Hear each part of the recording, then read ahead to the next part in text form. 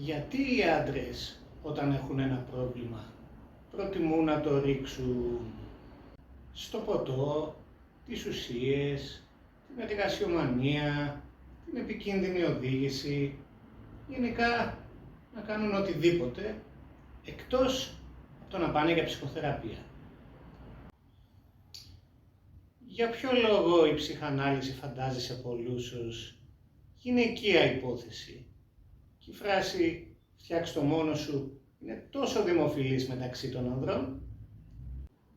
Είναι θέμα τεστοστερόνης ή μήπως μας έμαθαν να μην μιλάμε για τα συναισθήματα, τα προβλήματα, την ευαλωτότητά μας?